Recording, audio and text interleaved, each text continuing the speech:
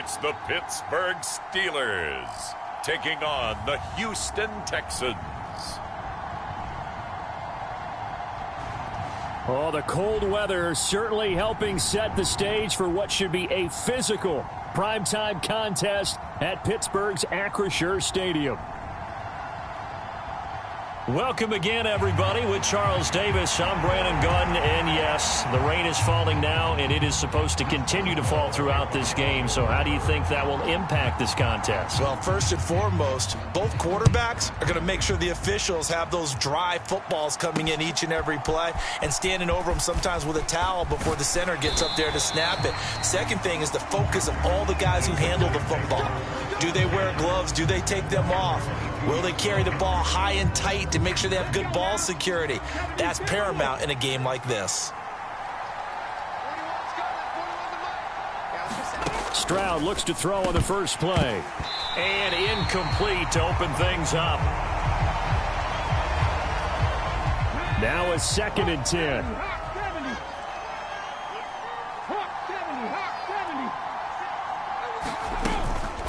On the ground, this is Joe Mixon, and he is met in his tracks behind the line of scrimmage. It'll go as a loss of a yard, so now they deal with 3rd and 11. Sometimes I forget how much information he has to go through before the ball's even snapped, but what a diagnosis right there. Saw the play, shot through the gap like a rocket, ends up spilling it for a loss.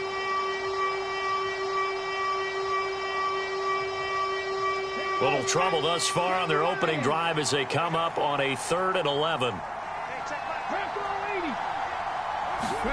Here's Stroud. And the Steeler pressure too much here. He's going to go down. T.J. Watt, the All-Pro, in there to take him down. But defensively, you really can't script the start much better. You get a 3-and-out and a sack. Yeah, you're exactly right about that. They kept him short of a first down on 1st and 2nd down. And then on 3rd down, they pick up a sack.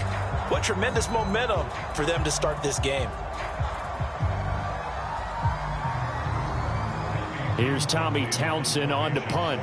Back deep for the Steelers is Calvin Austin. And he'll get this away into the icy winter air. Taken right around the 44. 21 yards. Well done on the return. And the Steeler offense, they're set up nicely as they take over. So the new-look Steelers offense headed out for their first drive, led by a man in his 13th NFL season now. First is a Steeler, Russell Wilson. And that's really good field position they were given. Now, nothing's a gimme. We know that. But I know his goal, have the field goal kicker just stay on the bench. They want to put it in the end zone and get 6 out of this one. If they don't, I think it'll feel like a disappointment. They'll throw on first down with Wilson. And that is incomplete. They are such a talented team at defending the perimeter and taking away throws to the outside. Great confidence, great skill. Again on 2nd and 10, it's Wilson. He lets this one fly toward the back of the end zone. And that will be incomplete. Tried to dial up the long one way out there, but it'll be 3rd down. Right where this set of downs started, they need a full 10 here to pick up the first down and move the chains. Pass taken in by his big tight end. And he will have a Steelers first down as they're able to get the 3rd down conversion.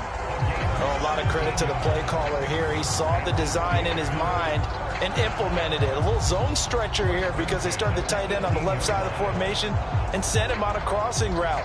And this works really well where you can find that space between levels, and they were able to do so for good yardage. So from inside the 20, here's 1st and 10 at the 18. They go play action with Wilson. To the end zone, but it's incomplete. Well, that play there was certainly a scouting report special because coverage was all too aware that this close to the end zone, he's going to become a bigger weapon for that offense. And they were there to help force the incompletion. Wilson will throw again. Oh, he tried to fit it in on the slant, and it's intercepted. It's Devin White, the linebacker. And the Texans are going to get the football back at their own 17. Well, Brandon, as they say in popular culture, this one's going to leave a mark because they can see the end zone, but it'll stay out of reach because of their error. All their offensive teammates have to get with the quarterback right now, offer a little bit of encouragement because what's done is done. Let's get them next time out.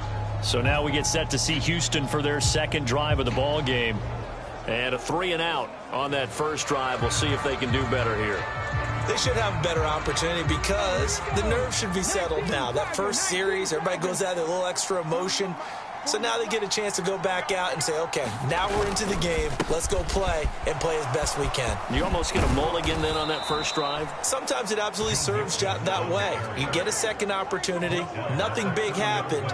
But then again, you didn't commit any mistakes either. Off you go.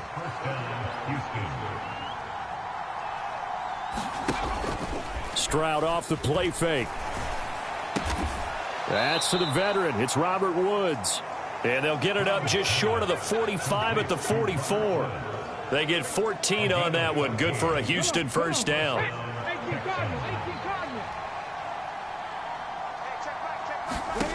Stroud out of the gun here. He'll get this into the hands of Nico Collins. And he's brought down. Operating out of Steeler territory now. Here's 1st and 10 at the 42-yard line. Stroud to throw it. Man open. That's complete to Dalton Schultz. And just 3 yards on the catch there. He couldn't get away. And that will bring up 2nd down. There it is. The defense waking up after 3 plays that hurt them. Finally, they stand up. They have a little pride, too, you know. 3 straight first down type plays. Yeah, they wanted to make one stick on their side, didn't they? The throw over the middle taken in. And they're going to have themselves another first down as the tackle's made at the Steelers' 23. Now the Steelers put a stop to the action with a timeout defensively. They'll have 2 remaining as we step aside here in this first quarter.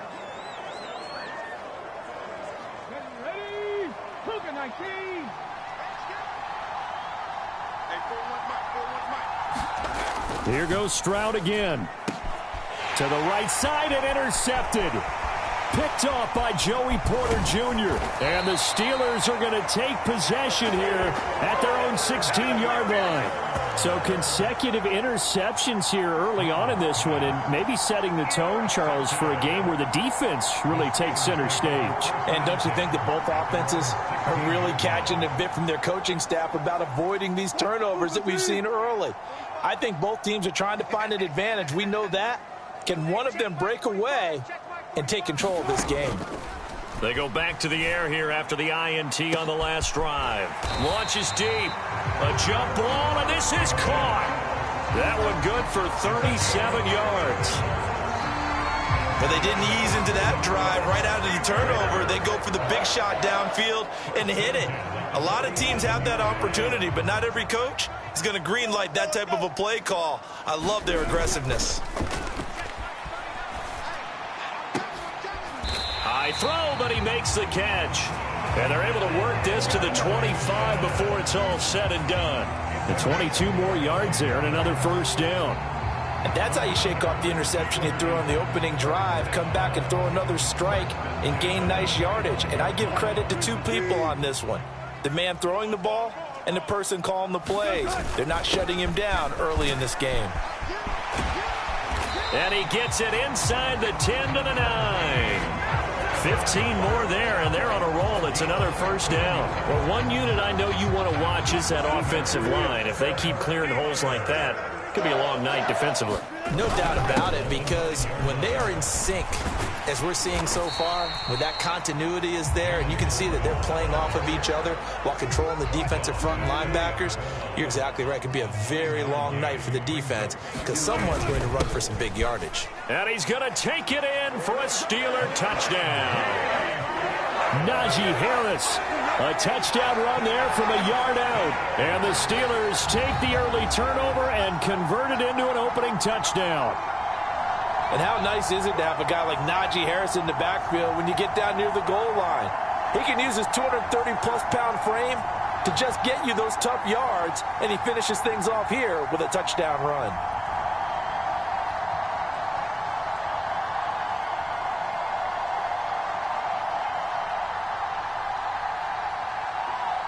Now Mike Tomlin says, let's go ahead and go for 2. Wilson going to throw for it. And unable to connect. They don't get the 2-point conversion here. I don't know about you, but I can't wait for a few years of 2-point tries and see what the data tells us, because a lot of teams want to throw the ball in this situation, this time unsuccessfully. I just wonder if maybe running the ball might be the way to go. With it moved up from the 3 to the 2, you would think maybe a few more attempts at running. I think stats over time may bear out that running the ball will at least be the equal of throwing it in that situation. So they went for 2 and failed. They didn't use him on the PAT, but now he boots this one away with a 6-0 lead. This taken in at the goal line. And the decision to bring it out, kind of a costly one, as he won't make it back to the 20. Houston's offense taking over again. Not an ideal way to end their previous drive. They threw the interception, Charles, after they had built up some momentum. They were moving the football, but something to at least build on for this offense as they run back out here. Yeah, you're right about that. Up until that last play, everything was working pretty well for this offense, gaining chunks of yardage, getting first downs, really making a push for the end zone, and looked like they had a nice rhythm going. Now you got to have a short memory here. Don't focus on the interception. Focus on what came before it and get back to it. Give him a couple on the carry there, 2nd and 8. Certainly a nice job there by the defense rallying to the football and getting him on the ground, but I think the play gets made by the defensive front, because if they can't get upfield, their job is to go ahead. Oh, and his early struggles continue. Here's another one intercepted. And he brings this one back. It's a pick 6 for a Steeler touchdown. And on that one, with 6 defensive backs, did he need to be more careful throwing the football? I mean, I guess obviously in hindsight he did, but... Yeah, hindsight, but even in foresight, when you got 6 defensive backs on the field, you just know you're going to get multiple coverages. You're never sure what you're going to see. But the biggest one is you don't have much reaction time for your receivers to go get the football, because those guys, they're the best cover guys on the field. They go get it. And on that play, they took it the other way for 6 points. Oh, and now they're going to fake it. And he gets in. Well, no one was expecting a fake there, but they add 2 more onto their lead. I can't help but chuckle a little bit, because this is something I thought would be at the game by now. But sometimes these head coaches and special teams coordinators, they just can't help themselves. It's a fake extra point. But sure enough, it winds up working out for 2 points. So they throw the pick 6. They'll get another shot at it now as this one's in the air. And he won't quite make it to the 25. Houston's offense already at the line, set to get going.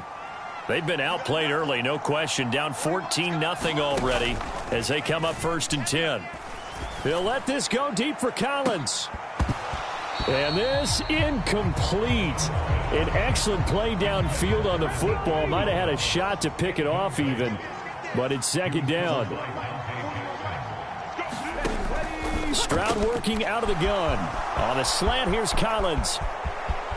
Now he's free at the 35 and down to the 27-yard line. A big play there on the catch and run. 49 yards. Stroud to the air on 1st and 10. To the right side and caught by Dell. Give him a gain of 5 on the completion, and it's 2nd down.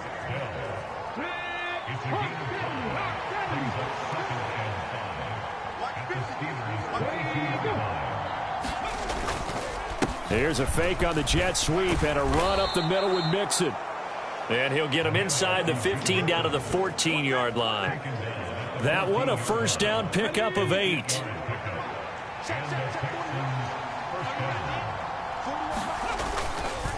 They'll run it for the first time with Dameon Pierce. And he is going to lose yardage here.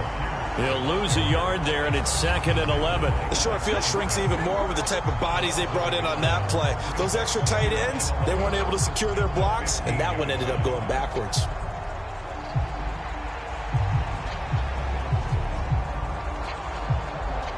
Maybe just a slight detour on what's been a strong drive. Here's 2nd and 11. Now Stroud. And he finds his target. It's Schultz. And he's got this inside the 10 to the 9 before he's out of bounds. Play number 7 now coming up on the drive. 3rd and 5. Stroud looking to throw. And that's going to be incomplete. The coverage too good there. The contact popped the ball free, and it's 4th down. Now the holder's going to keep it. He's going to try to run for it. They're not going to get it. They try to move the chains with a surprise, but it's a turnover on downs. They pass up the 3, fake it. It doesn't work. And this Steeler defense able to come up with a stop. And Pittsburgh getting set to take the field. They've got things going their way early. 14-0 lead and the football. 1st and 10. Now it's Wilson. He's got this to Pickens. And he'll be touched down in the end, but a big play on that one. Well, we know he's got the speed there. He needed the speed and the hands. A great catch. And because of that speed, you have to respect it as a defender. So you have to either play off or make sure you're somehow in contact with him. And he's able to do exactly what you said. Use the speed to his advantage and go up and get the football. That's a big-time play right there.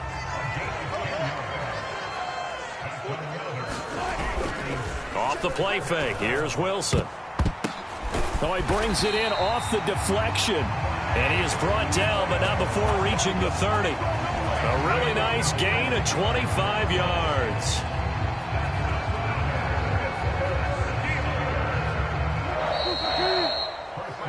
$14-0 the score. This is the NFL on EA Sports. Second quarter action from Pittsburgh. It is the Steelers in control of the football. So 1st and 10 now from the 30 as they've got it as we resume action. Now a 1st down carry for Harris. He'll get it to the 23-yard line. 7 yards on the pickup there, and it'll leave him with a 2nd and 3. That play wasn't quite as big as the play that preceded it, but still, gotta like the way they're moving the football, partner. Absolutely. Pretty good room to run on that last play. Yeah, they didn't get a 1st down, but still, you'll take runs like that each and every time, won't you? And some determined running there as he'll pick his way down to the 12-yard line. The Steeler 1st down on the pickup of 11 yards. To throw is Wilson. And that nearly a turnover, but it's incomplete. Oh, fortunate to retain possession there, and it's 2nd down. Now Wilson running left on the option. And he'll fight his way down inside the 10 to the 9-yard line. He'll get 2 on the keeper, but it becomes now a 3rd down. They'll be in search of 8 yards here as they hope to convert the 1st down. On 3rd down, Wilson. A leap, and he's got it. George Pickens high in the air to bring it in.